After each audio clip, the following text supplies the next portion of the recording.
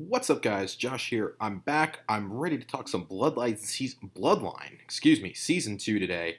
Of course, it is the follow-up to last year's phenomenal season one. It is a Netflix original, and in my opinion, one of the very best shows that not only the service has to offer, but that is out there for a premium pay service. That includes HBO, Hulu, Amazon, anything you would add on beyond basic cable, essentially.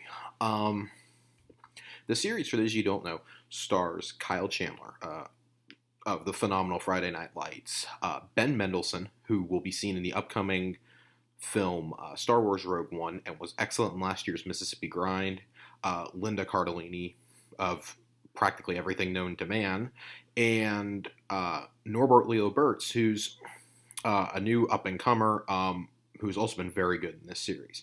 So season two is it picks up right where season one left off. I guess I should make everybody fully aware that if you haven't seen season one, the entire season will be ruined for you.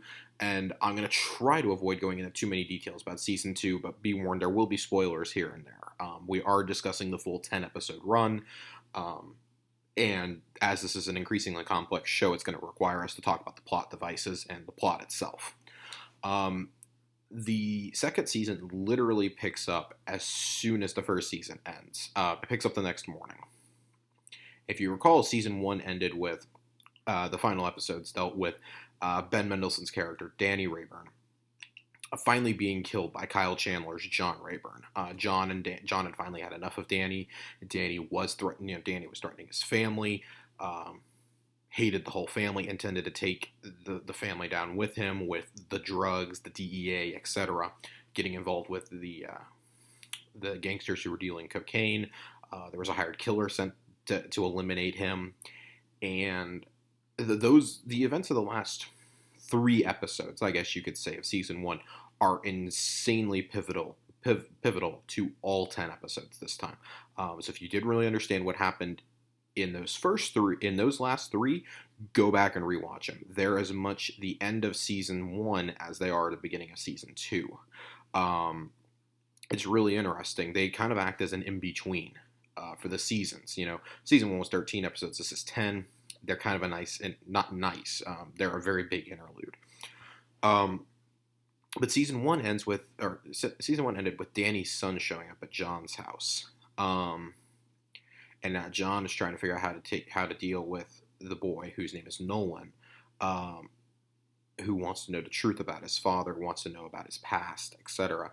The show does a really creative way of keeping Kyle Chandler, Linda Cardellini, and Norbert Butz on their toes this time. It focuses much less on Sissy Spacek and Sam Shepard's roles from the first season as the patriarchs of the family.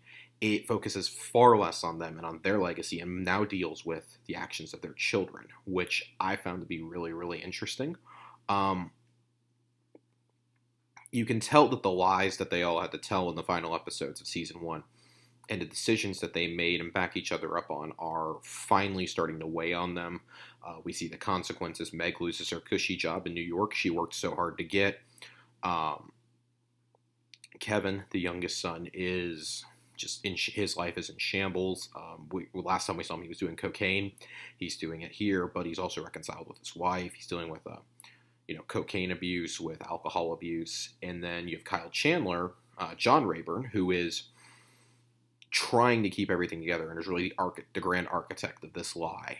Probably the coolest thing about Kyle Chandler's role in this is how much he starts to become like Danny, how much he becomes like Ben Mendelsohn, who is still involved in this season despite being deceased. We mainly see him through flashbacks, but also through hallucinations from John. And it's clear that John has a very guilty... It's clear he has a guilty conscience, but he did, in his opinion, he's justified everything. He becomes increasingly violent and lashing out towards strangers and towards his own family.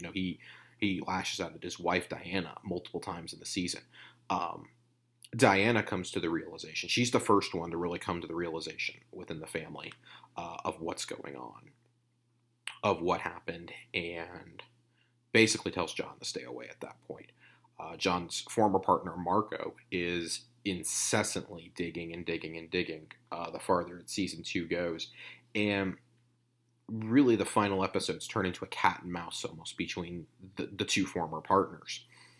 Marco trying to uncover the lies of the entire Rayburn family. Meg and Kevin have had this all weighing on them. And then ultimately the decisions that John has made, he becomes increasingly erratic as the season goes on. It's a transformation that's it's done a whole lot faster and a lot less subtle than Walter White's in Breaking Bad. I found it personally really, really interesting that Kyle Chandler, by the end, is practically a villain. He's practically an antagonist by the end of this show. Really, yeah, the siblings become the antagonists of their own show, and I thought that was a really cool twist to end the season on. But enough about that. Let's get on to some, not some of the negatives, but some of the things I didn't like as much. The show is an extremely slow burn. Season 1 was a really, really slow burn. I like slow burn shows. I've long been an advocate of every season of TV should be 8 to 13 episodes. I think that's the perfect length. This, though, there's times, even with it being 10 episodes, it burns even slower than the first one. It doesn't feel like there's a lot of filler. Like, every action in these shows, even some in season 1 that I felt were largely inconsequential, are coming back now. Every little detail can come back in a big way.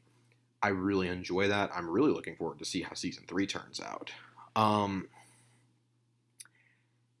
But with it being as slow of a burn as it is, 3 new players are introduced into this season. Nolan, who is Danny's son, his estranged ex-wife, ex-girlfriend, whatever you want to call her, Evangeline, who is Noah's mother, and then Ozzy, who is played by John Leguizamo, who is Danny's former really out there partner.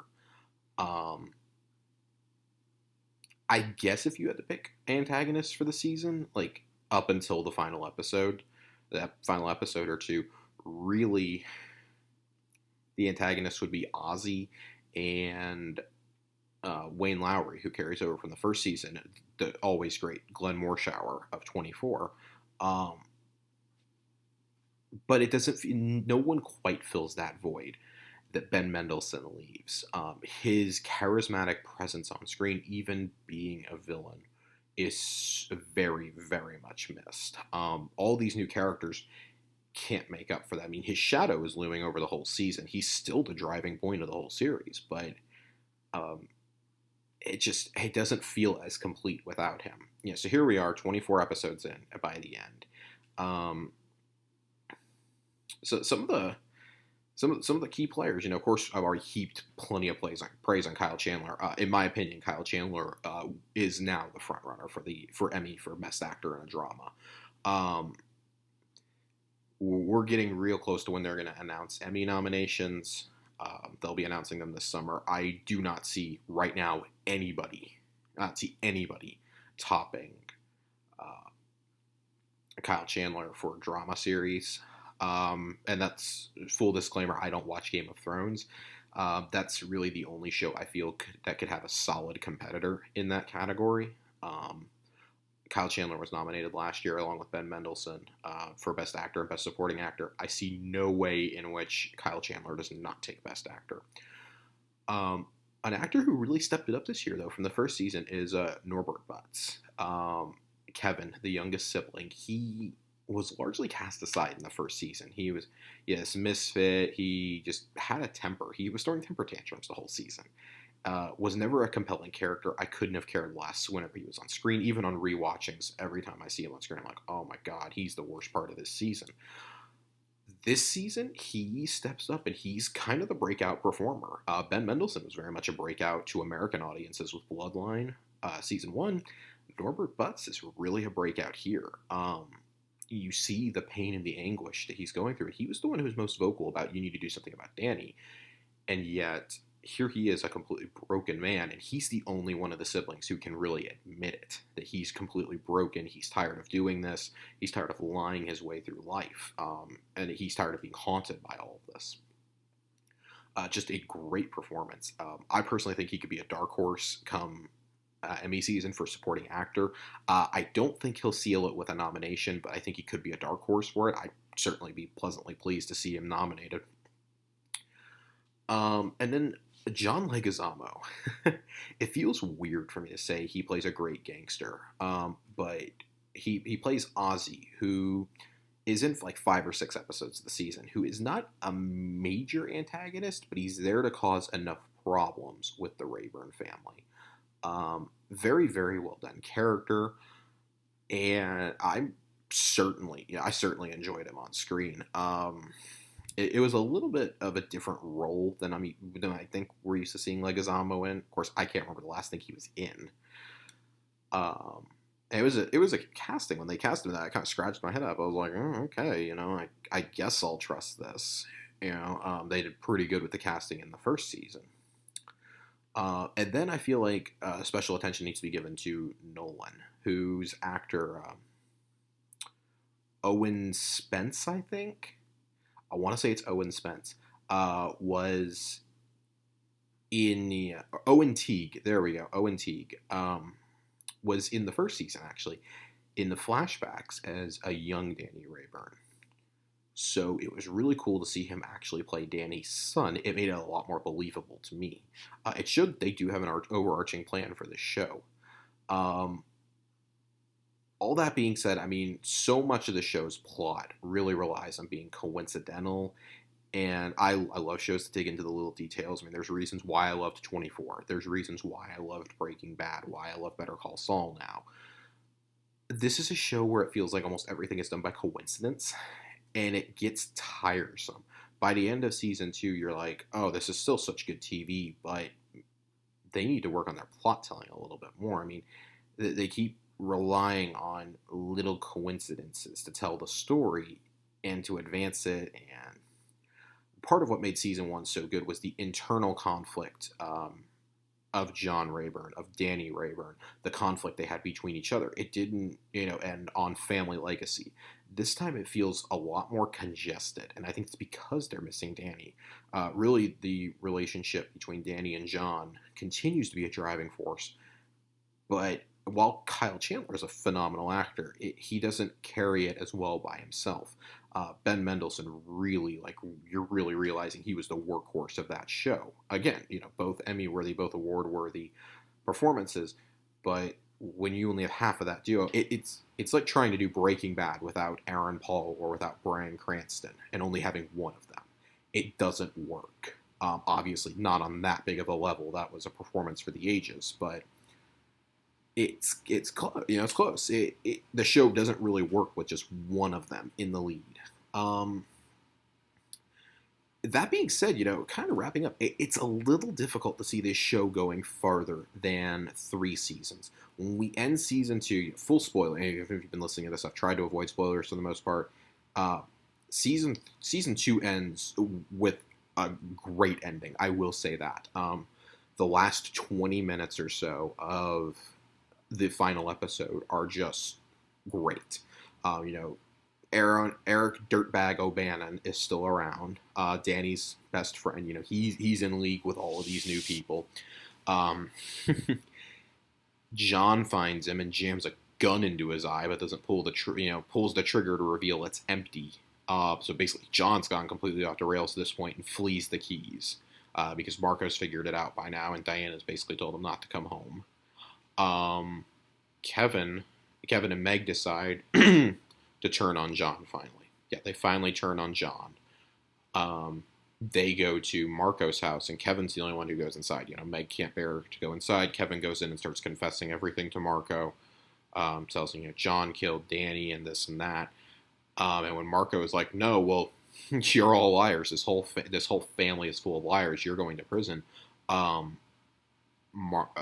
Kevin picks up a dolphin statue and literally beats Marco to death, bashes his head in. And the final images we really see of the season are of John driving out of the Keys, hallucinating that Danny is in the truck with him. So it's going to leave us in a really interesting place for a hypothetical season 3, which is all but guaranteed to happen at this point. I don't see how Netflix doesn't I don't see how Netflix doesn't wrap this up. That being said, they might look at the creators, the Kessler brothers, Kesslers, and say, "You need to finish this. Like this needs to be wrapped up with season 3." Um, as much as I enjoyed season 2, and I'm a huge fan of the first season. As much as I enjoyed season 2, it does start to feel like a show that maybe just should have had 15 episodes and wrapped up with season 1. Maybe just been a one-off, been a mini-series. Not even mini-series, just been like a one-off series. It does feel like the tail is going to start getting dragged out, and it's like the most important thing to realize about this show is there's no heroes. There's nobody to root for anymore. Season 2 destroys any notion of that. Season 1, you're kind of rooting for John. You're rooting for John, but at the same time, you're like, man, I kind of want Ben Mendelsohn to get away with this. Season 2, there's no heroes. You hit a point around episode 5 or 6 where you start realizing you can't really root for John Rayburn anymore. And then when him and Marco have they have a showdown in episode 8. You realize John has made that Walter White transition right before your eyes. It's really cool to see. I really like it. There is no hero. There's nobody free of any blame in anything that happens in this show except maybe Noah. Noah and I'm going to say John's wife and kids are about the only ones that are blameless in this whole show. They're really the only pure ones, and even John's daughter is a bit of a brat. But it comes out, it's very obvious that there aren't any heroes in this show. There just really aren't. There are no heroes in this show. There's still a protagonist. You don't have to be a hero to be a protagonist. The protagonist is still very much John Rayburn. I'm really curious to see how season 3 is handled. I can't see the show going on beyond a season 3. If it does, I think it just jumps the shark. But I think they can still do a really, really effective wrap-up with season 3. That being said, what do I want to see in a hypothetical season 3?